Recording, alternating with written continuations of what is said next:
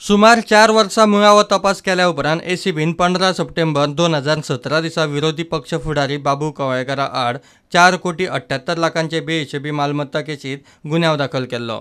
February 2018 बाबू अटकपूर्व जामिनाक कोर्टात पावलो। राजकीय सुडान आपल्याक घुसपावपाचो यत्न चल्ला म्हूण बाबूचो दावो।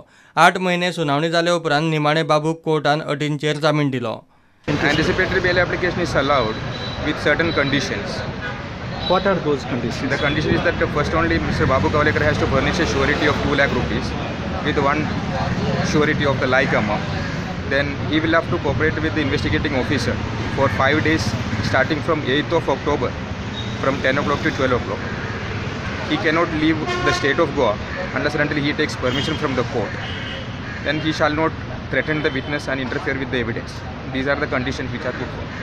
बेहिशेबी मालमत्तेचे केशीत बाबूचे घराचेर घाल्ले धाडीत मडक्याचे सामान, कादेन्न आनी स्लिपी मेळिल्ल्यो। प्रकरण फुडें शेळयलें।